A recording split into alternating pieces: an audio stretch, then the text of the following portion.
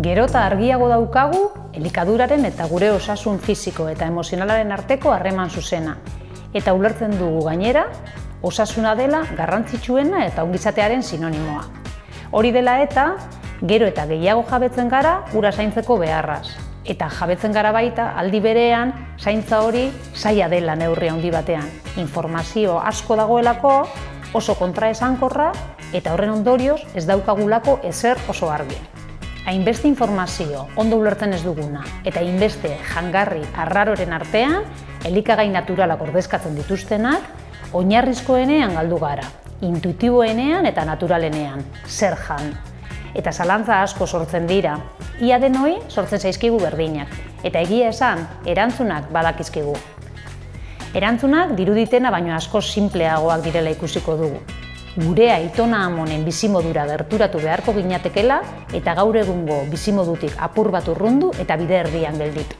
Erdibide horretan, egungo aurrerapen zientifikoak baliatu ditzakegu, baina naturarekiko lotura galdu gabe eta zentzua erabiliz.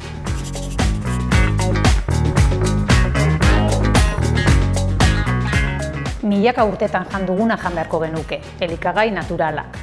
Produktu ultraprozesatuak, elikagaitzat hartzen ez direnak, dira gaur egun gure osasuna gehien kaltetzen dutenak. Elikagai naturalak oreka emoten du, industriak diseinatutako produktuak desorikatu egiten gaitu. Eta osasuna oreka kontua da. Orekatua beraz, zera da, behar den beste jatea, ez gehiago, eta elikagai naturalekin egitea.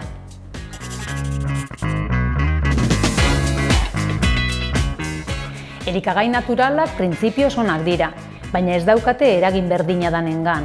Esteetako flora, egoera fisiko edo emozionala, pertsona momentu hortan bizitzen ari den egoera, elikagaian kantitatea, kontsumitzen den maiztasuna, elikagaiaren kalitatea eta beste hainbat faktorek dute eragina. Garrantzitsuena gure gorputza entzutea eta behatzea da.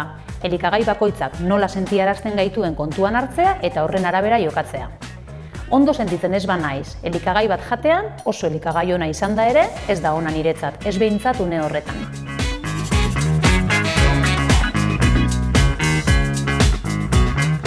Lekaleak este indartsu bat behar du bere digestioa behar bezala egiteko.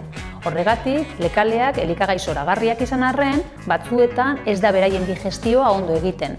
Oso garrantzitsua da, beratzen ustea, oso ondo kozinatzea eta ondo murtsikatzea, digestio arazoak emoten dizkiguten sustantzia batzuk ezagatzeko.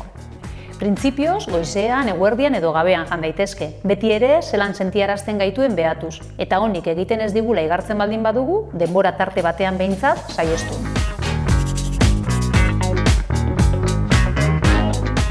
Ez dago danontzat eta edozein momentutan orekatua den dietarik. Pertsona guztiak ezberdina gara, eta pertsona berak ez ditu behar berdinak bizitzako momentu guztietan. Desorekatzen gaituzten jangarriak saihestea, elikagai naturalekin elikatzea, fruta eta barazki askorekin egitea eta proteinatako ipedun elikagaiak ez ahaztea izango da orekatuena. Eta behar dugunean eta behar dugun kantitatea jatea.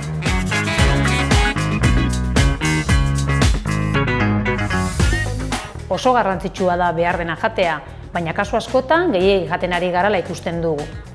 Begira, gizakiak 3 prozesutan gastatzen du bere energia. Bat oso garrantzitsua, digestioa. Gorputzak energia asko erabiltzen du digestioa egiteko. Soberan jaten baldin badugu, energia gehiegi gastatuko dugu prozesu horretan. Beste prozesu bat garbiketa da. Garbiketa organoek, gibela, besikula, esteak, lan egiten dute soberan dugun eta kalte egin diezagukeen guztia kentzeko. Hau da, soberan jaten dugun guztia kanporatua izateko jatea da, eta beraz organo horiei aparteko lana emoten diegu, gure energia kontsumituz. Eta 3. prozesua bizitza bera izango litzateke. Korrika egin, irakurri, barre egin, lan egin, kirola, bizitza bera. 3 prozesuak beharrezkoak dira eta orekan egon behar dute. Zenbat eta energia gehiago gastatu aurreko 2 prozesuetan, orduan eta energia gutxiago geratzen zaigu bizitzeko. Eta horrek nekea, lanen mentala, erabakiak hartzeko ezintasuna, gogogabetasuna, tristura eta energia gutxikin bizi garela dioten seinaleak dakartza. Hainbeste eta etengabe jatea, energia gutxirekin bizitzearen arrazoi nagusietako bat izaten ari da, eta ikusten ari garen desoreka askoren oinarri. Helburua da bizitzeko jatea, eta ez jateko bizitzea.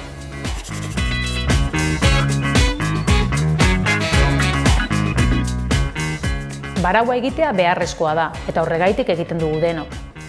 Gauez baraua egiten dugu eta baraua egiten dugu otordu artean. Ezin gara jangabe bizi, baina baraua egin gabe, etengabe jaten ere ez. Baraua egitea ez da gozea pasatzea, ez da gutxiago jatea ere. Noiz jatea erabakitzea da. Inkontzienteki etengabe jaten ez egoteko. Kontua da, atseden digestibo eta metaboliko hori errespetatzea.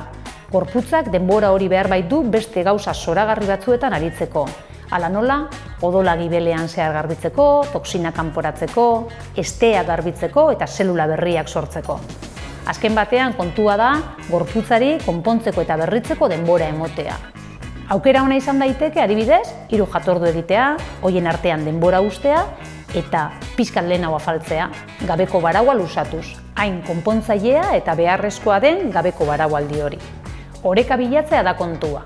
Jaten ari garen eta jan gabe pasatzen dugun denboraren arteko oreka.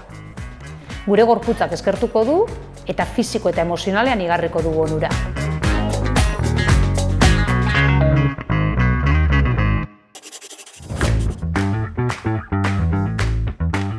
Dilista gorria zurituta dagoen dilista bat da. Eta digestio arazoak sortzen dituzten sustantziak azalean daudenez, errezeta hau digestiboagoa da. Barazki eta espezieekin sukaldatuko dugu. Kurkuma, kurri, komino eta kanela. Horrela, superelikagai bat prestatuz.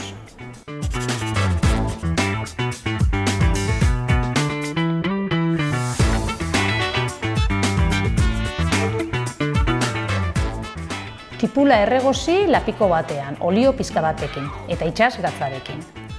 Gehitu gainerako barazki txikitua eta gorritu hainbat minutuz. Bota espeziak, nahastu eta erantzi ura, tomatea eta itsasgatza. Irakinarazi guztiari. Garbitu ondo dilista gorria txorrotako uretan, ura gardena atera arte. Eta bota kasolara. Irakiten hasten denean, jaitsi zu ertainera eta 15 minutu sukaldatu, taparekin estalita.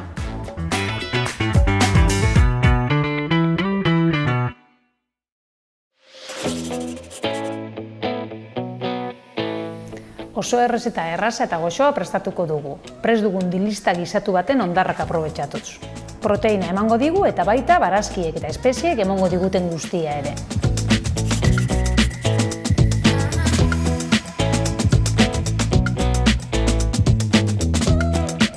Sukaldatu tipula, azenarioa, apioa eta baratxuria, itsasgatz eta oliba olio pizka batekin.